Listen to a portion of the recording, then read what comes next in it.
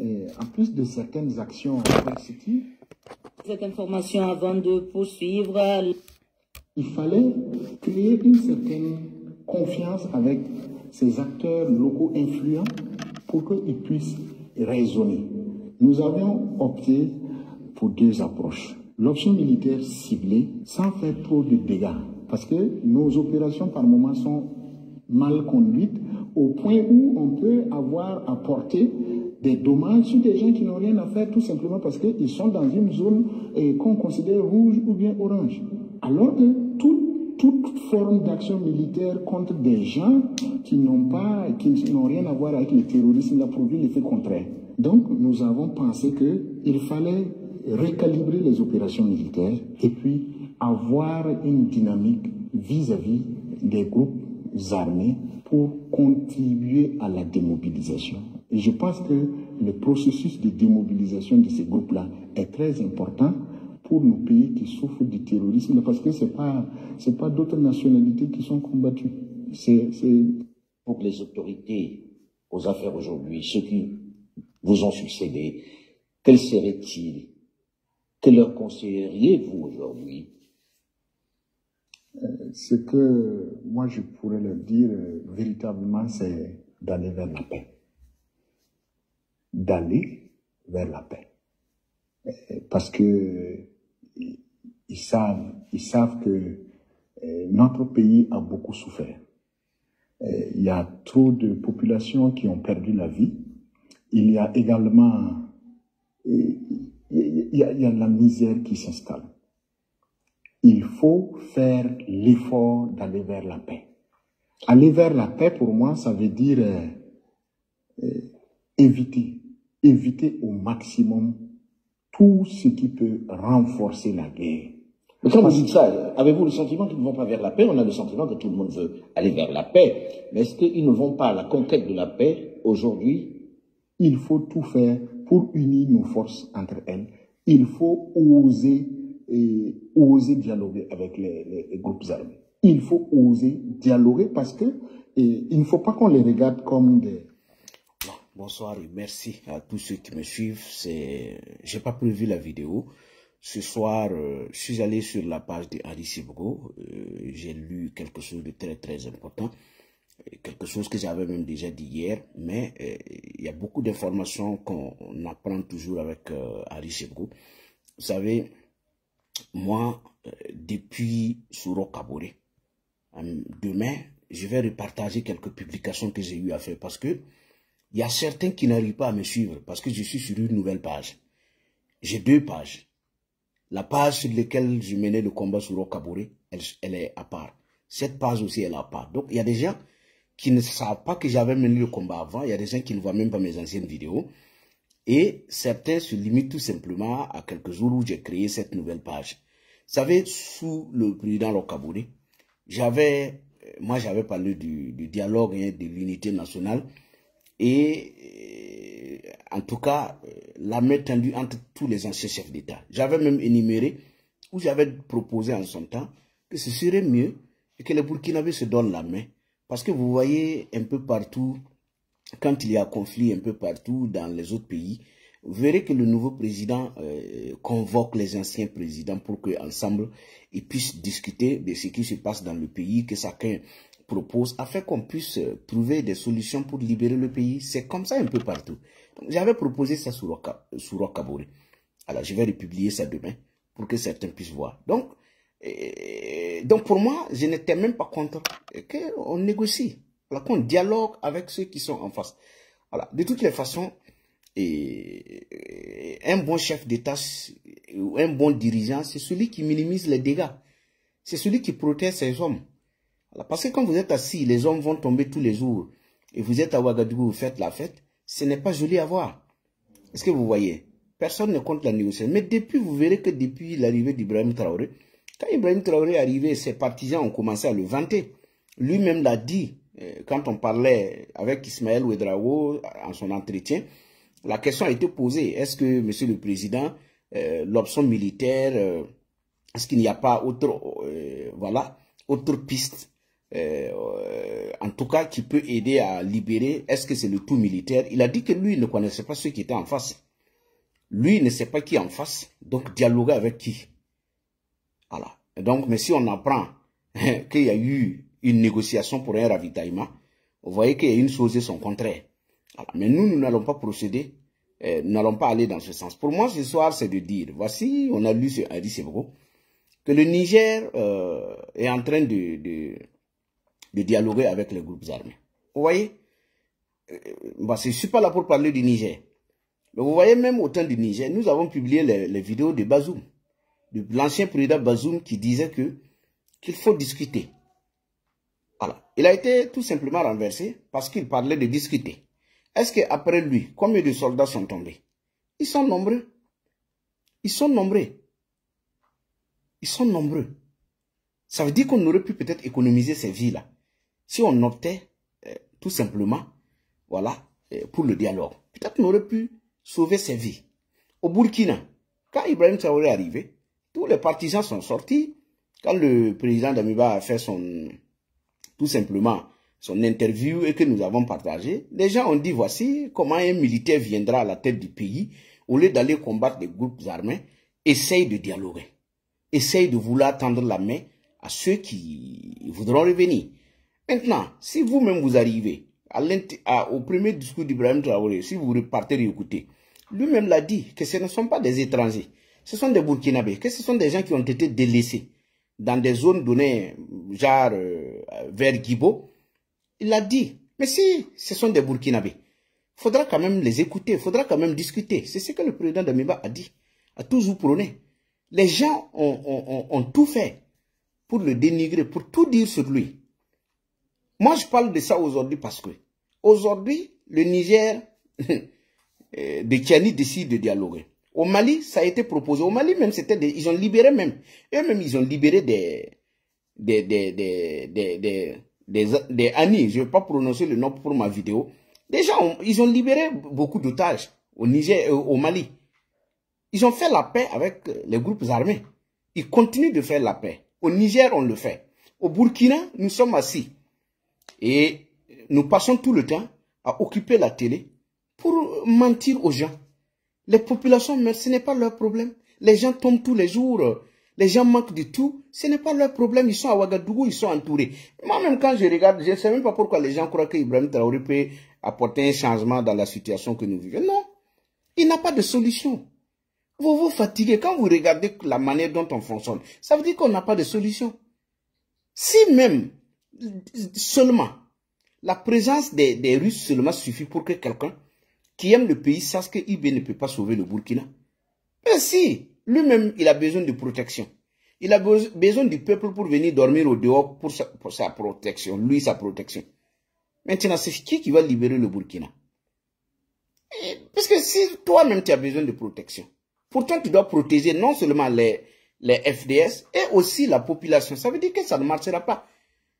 Ça ne marchera pas. Dans le moral même des troupes, ça ne marche même pas. Ils sont assis, ils se disent, bon, écoute, s'ils n'ont même pas confiance en nous, maintenant, ils comptent sur nous pour libérer le pays. En comment? Ça ne peut pas marcher. Deuxièmement, aujourd'hui, c'est comme ce que le président Damiba a dit. Il a dit qu'il faut faire attention parce qu'il y a des opérations. Quand vous menez ces opérations dans certaines zones, que vous usez que ces zones-là sont des zones rouges, et que vous conduisez mal les opérations, vous allez toucher à des populations qui n'ont rien à voir avec l'insécurité, qui ne sont pas complices, comme Ibrahim Traoré même aime le dire, traiter les populations de complices, vous allez toucher à ces populations-là. Petit à petit, vous créez un autre problème. Parce qu'il y a des gens qui ont pris les armes, pas parce qu'ils sont des ennemis, mais parce qu'on est venu toucher à leurs familles qui n'ont rien fait. Donc, du coup, ces gens-là, même s'il faut aller sur la table des négociations, avec Ibrahim Traoré, on ne peut pas négocier au jour d'aujourd'hui. Vous avez vu les drames à Karma. Il y a beaucoup de points que je ne peux pas citer ici. Où ces drames-là, selon les informations, ces drames-là proviennent même de Ouagadougou. C'est Ouagadougou qui est au courant de ces drames-là. Maintenant, le dialogue que le Niger et le Mali entament aujourd'hui, c'est un dialogue contre les groupes armés. Chez nous, tout est mélangé. Puisqu'on est arrivé, non seulement on a enlevé les FDS, les familles sont révoltées. On a enlevé des civils. Les familles sont révoltées. On allait à quelque part où même il y a eu des exactions sur des populations civiles. Et leurs enfants sont révoltés. Du coup, tout est mélangé dans le pays. Et dans ce désordre-là, on dialogue avec qui? Puisque vous ne reconnaissez même plus qui est qui. Vous êtes chez vous. On vient s'attaquer à votre famille qui n'a rien fait. Vous connaissez votre famille. Et qu'on vient attaquer à cette famille-là. Une fois attaqué à la famille, les survivants sont révoltés. Et ils ne sont pas des ennemis du pays. Et ce sont des révoltés contre le pouvoir. Donc, du coup, ce dernier-là ne peut pas dialoguer. Il va venir dialoguer sur la base de quoi? Il ne peut pas. Il faudra quelqu'un d'autre, quelqu'un de neutre, pour venir s'excuser auprès de ceux qu'on a touchés accidentellement, pour qu'ils acceptent. Mais pas celui qui l'a fait et n'est même pas reconnaître. Par exemple, le cas de Karma, où on a allé toucher à des populations et le gouvernement même ne communique pas. Charles Wenpuré qui a eu le courage de communiquer, on vient l'enlever. Et toute personne qui parle, on l'enlève. Et on dément les exactions. Un peu partout, ça a été démenti. Pourtant, vous savez que ce que vous avez fait du tort, et ils reconnaissent les éléments qui sont venus. Les gens reconnaissent les éléments. Donc, quand on reconnaît les éléments, et que ces éléments, par la force, disent que l'ordre est venu de Ouagadougou, du coup, ce dernier ne peut pas mener un dialogue franc avec ces gens ou fructueux avec ces gens. Deuxièmement, nous avons roulé même les groupes armés dans le dialogue tout près pour le convoi. Nous avons voulu trahir. Quelqu'un qui a trahi une fois, les gens ne vous font plus confiance. Vous allez discuter avec qui? Donc, c'est pour dire quoi? Notre problème en Afrique et au Burkina, c'est que les gens sont ils sont tellement jaloux. Ils se mettent ensemble pour détester des gens, juste pour leurs 5 doigts. Regardez les gens qui ont traité le président Damiba de tous les noms. En 8 mois, regardez comment c'était. Il y avait la calmie, au moins. Il y avait la calmie. En 8 mois, regardez depuis que Ibé est venu. Allez-y compter les drames sur Ibé. Allez-y regarder les erreurs que Ibé a posées. Allez-y regarder combien de personnes ont été enlevées, enrôlées, allées au front. Combien de personnes se sont fait insulter, dénigrer copieusement dans ce pays-là. Allez un peu partout, regardez, demandez aux gens. Les gens ont juste peur d'être enlevés. Sinon, les gens ne sont pas contents. La vie est chère, un peu partout. Allez-y regarder. Il y a des moins que rien qui sèment la loi, qui insultent des gens, qui dénigrent, qui traitent tout le monde de tous les noms. C'est eux les rois du pays. C'est eux qui peuvent faire meeting. C'est eux qui peuvent aller insulter. C'est eux qui appellent à des meurtres. C'est eux qui disent tout dans ce pays-là. Et personne ne peut dire un mot. Vous pensez que ceux qui sont silencieux là, ils sont contents? Les gens ne sont pas contents. Le pays est divisé. Regardez au sein de l'armée. Combien de généraux, d'officiers sont en prison aujourd'hui? Cloués en prison. Combien ont été neutralisés? En plein centre Ouagadougou, il y a un commandant qu'on a abattu devant ses enfants. Tout ça là. Regardez le désordre que nous avons créé. Et au niveau des... Pourtant, quand le président de Damiba disait ici, il disait qu'il faut tout simplement réconcilier les forces armées. Il faut tout faire pour qu'au sein de l'armée, il y ait la cohésion. Tout ça, vous avez sémé le désordre. Au sein de l'armée, les gens sont divisés. Regardez tous ceux qui sont en prison. Donc, c'est un problème. Dans nos pays, les gens aiment se mettre dans la danse sans ouvrir les yeux et regarder où on va. Regardez même avec Ibé, même les pays voisins, nous avons créé des problèmes avec tout le monde. Nous avons accusé tout le monde. On a accusé la Côte d'Ivoire, on a accusé le Bénin, on a accusé tout le monde. Regardez avec la France. Des gens même sont allés même à l'ambassade avec des excréments, aller verser sur les murs. Nous avons signé des documents non grata à des diplomates chez nous. Les gens sont partis.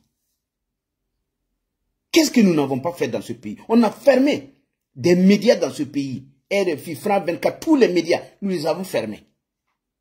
Regardez en seulement 2 ans, le chaos que Ibé a sémé d'abord en ville. N'en parlons pas dans les villages. Les pauvres populations, ils sont combien à quitter leur village aujourd'hui? Ils sont nombreux. Juste pour vous dire à quel point, il faut que les gens arrêtent le aide-moi à détester.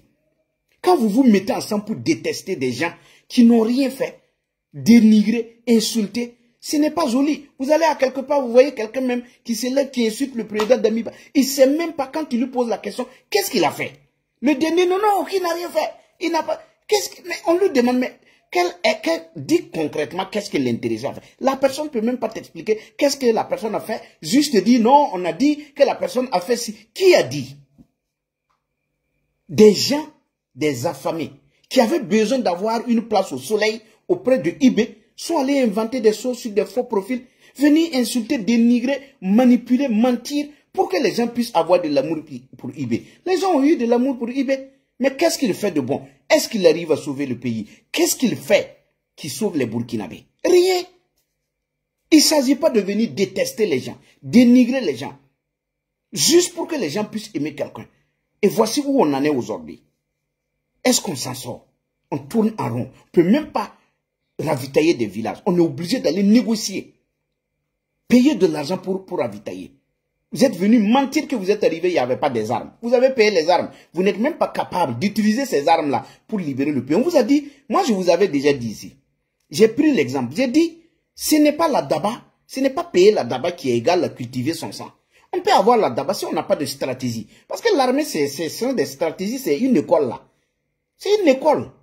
La guerre, ça appartient à des gens qui se sont formés. Il y a des gens qui se sont formés, qui ont des techniques de combat, qui ont tout. Mais si vous venez, parce que vous détestez des autres, vous allez ramasser des VDP, vous parlez de j'ai ramassé tant de VDP, tant de VDP. Non, ce n'est pas le nombre qui est important. Quand le nombre est important et que vous n'avez pas une tête pensante, ça pose un problème.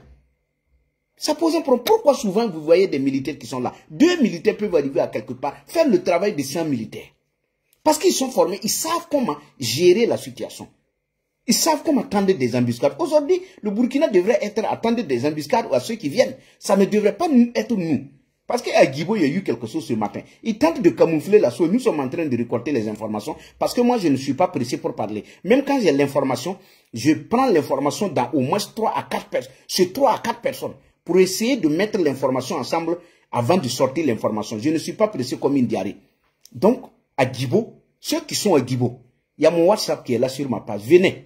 Donnez-moi l'information. J'ai déjà eu 2 personnes qui m'ont donné. Je veux au minimum 5 personnes pour me donner la vraie information. Pour qu'ensemble, je puisse essayer de mettre tout simplement ces informations-là ensemble et pouvoir tirer quelque chose pour sortir. Parce que moi, je ne parle pas pour parler. Je ne suis pas pressé. Voilà. Donc, à Guibo ce matin, il y a eu quelque chose qui s'est passé dans un truc, comment j'appelle ça, dans une position avancée de nos soldats. Ils tentent de le camoufler parce que tout le matin, leurs manipulateurs ont commencé à parler. Mais nous aimons les victoires. Mais quand ceux-là, ils parlent d'une victoire, ils insistent, c'est qu'il y a quelque chose qui est au fond. Et ils tentent de camoufler la chose en parlant rien que de victoire en victoire. Pourtant, il y a quelque chose au fond. Mais d'ici le matin, ça va venir. Le téléphone, là, je vais les avoir. Donc, n'hésitez pas à venir. Ici, on ne cache pas Papo. Nous voulons libérer notre pays, on n'est pas contre quelqu'un. Donc, c'est juste pour vous dire, cette haine que nous, les Burkinabés, on a. Il y a des gens qui sont là, qui ont détesté les autres, juste parce qu'ils n'ont pas aimé tel président ou tel président. Ce n'est pas joli. Non, mettons-nous ensemble. C'est notre pays qui est en train de s'en aller. Ces gens-là qui sont là, je partage l'argent, ils s'en foutent. Je vous ai parlé comme dans un conseil de ministres. Vous avez vu Bassolma Bazir et Maître de Tambela qui étaient en train de rire aux éclats. Vous avez perdu plus de 150 personnes. Il n'y a même pas 4 jours. Et il y a quelle joie en vous. Même si on n'avait même pas perdu des gens. Vous êtes assis vous êtes dans ce gouvernement-là, dans ce foutu gouvernement, qui n'arrive même pas à ravitailler des villages, où des populations tombent tous les jours. Vous tentez de camoufler à la télé, par une propagande à la télé. Est-ce qu'on peut avoir le courage de rire? Moi, je voyais des ministres qui étaient là-bas, des ministres responsables, qui étaient assis. Quand vous lisez sur leur visage, là, vous sentez des gens qui ont quelque chose dans le cœur. Je voyais des ministres qui étaient assis. Pour ne pas citer les noms des ministres, parce qu'il y a certains ministres que je ne connais pas. Pour dire que leur vie, ça ne me préoccupe pas. Moi, c'est IB, moi, je ne parle pas des ministres. Mais j'ai vu des ministres comme le ministre de l'économie, je ne sais pas.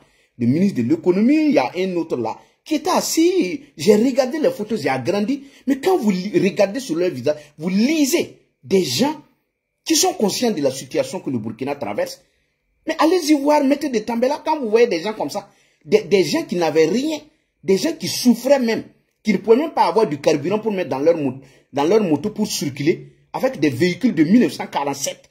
Des gens comme ça on balance comme comme une feuille morte dans un gouvernement foutu. Ça donne ce que ça donne. Ils sont là, ça brille, ça mange. Ce n'est pas leur problème. Ils rentrent, ils dorment tranquillement. Quand ça sort, ce sont les cocos dentés, ça se vante en plein centre de Ouagadougou. Vous n'avez même pas honte. Il y a des gens bien avant vous. Quand Roch, il y avait les attaques, le président Roch a fondu. Vous êtes là, regardez comment vous êtes. Regardez-les. et tous les soutiens du pouvoir, regardez-les. Regardez comment ils sont. C'est pas leur problème ce qui arrive à notre pays. Donc c'est à nous de nous réveiller. Et dans tout ça là, on empêche que les gens disent la vérité. Quand on vous dit de ne pas dire la vérité, vous ne savez pas qu'il y a quelque chose. Quand on menace les gens, même jusqu'au village, vous donnez une information, vous menace. On prend votre numéro, on vous appelle et on vous menace. Hein? On vous menace. Il y a des gens qui vous menacent dans les villages. Non? Vous recevez des appels. Des gens qui vous appellent avec des numéros inconnus pour vous manipuler, pour vous menacer. En disant que eux, ils étaient au courant de tout ce que vous faites et que bon, un matin, ils allaient venir sur vous. Il y a des gens qui sont menacés tous les jours. Vous êtes au courant de ces trucs-là, vous ne pouvez pas traquer les ennemis. Quelqu'un qui est à Ouagadougou, qui peut être au courant de quelqu'un qui fait quelque chose à Bobo. Et toi, tu es à côté. Mais pourquoi les Guédis circulent au Burkina? Vous n'êtes pas, votre renseignement là, votre force là, ce n'est pas pour libérer le pays. C'est pour menacer les gens dans les villages, pour les dire de se taire. De se taire, pourquoi? Les gens parlent parce qu'ils n'en peuvent plus. Ça fait 2 ans que vous êtes dans la merde avec les gens. Les gens en ont marre. Donc c'est pour vous dire, le dialogue, ce n'est pas une faiblesse. Quand on aime son pays, on minimise les dégâts. Quand on aime son pays, on va au dialogue. Un pays comme le nôtre, est-ce que c'est que le président Damiba avait proposé? D'unir les forces, d'unir tout le monde. C'est-à-dire que cette proposition, si ça avait été mis en place, tous les anciens chefs d'État, ils étaient à Ouagadougou. Tous ceux qui avaient quitté le pays pour X ou Y raison, les gens étaient au Burkina ensemble pour faire la paix, pour libérer ensemble le pays. Vous pensez que si les gens sont unis, tous les anciens chefs d'État se réunissent à Ouagadougou, 1 semaine pour discuter, les gens vont manquer quelque chose pour libérer ce pays-là? Mais quand on ne veut pas libérer le pays, on ne veut pas que ceux qui ont la bonne formule viennent. Sinon, est-ce que quelqu'un qui veut libérer le pays va mettre des gens comme les Yves Didier Bamouni, comment j'appelle ça, les Evra Sonda, et les autres là en prison, vous allez les mettre, comment j'appelle, les Gilbert les Gilbert Guinguéré, tout ça. Ces soldats-là, quelqu'un qui veut libérer le pays va maintenir ces officiers, ces vaillants officiers-là à l'intérieur. Non, il va les libérer pour que ces gens-là aident à libérer ce pays-là. Et après, bon, gardez votre pouvoir. Qui a besoin de pouvoir? Non. Quand on est en guerre, on veut uniquement la paix. Qui veut le pouvoir? Mais quand vous venez, vous ne travaillez pas. Vous empêchez le peuple de s'exprimer. Vous ne voulez pas des conseils, vous ne voulez rien. Vous pillez le peuple. Vous êtes bien sur vous, vous partagez l'argent. Vous allez plus loin, vous votez 500 millions pour une communication de guerre. Vous partagez. Et voyez comment les gens s'attaquent dans les ronds-points, ils se parlent au hasard, ça coûte de l'argent. Chaque 2 semaines, il y a meeting. Chaque 2 semaines, il y a meeting. Pourquoi il y a meeting à tout moment? C'est pour se partager l'argent. Parce qu'ils ne peuvent pas s'asseoir et chaque fois aller dire, donnez-nous l'argent. Mais quand on dit à un meeting, il faut aller attraper les gens de gauche à droite. On veut porte-char, on veut tant, on veut tant. Ils réunissent l'argent, ils se partagent. Quand l'argent est presque fini, ils se réunissent encore, ils créent quelque chose d'autre. Vous voyez que les marches là, c'est un emploi fini. Pourquoi? Chaque semaine avec une marche. Chaque semaine avec une marche. Vous voyez même dans les 2 groupes, il y a un autre groupe qui dit on marche le matin. L'autre dit on marche le soir. Pourquoi? Pourquoi il y a un qui dit matin, il y a l'autre qui dit soir? Parce qu'il y a un problème. Il y a un problème de ça. Chacun a ses financiers.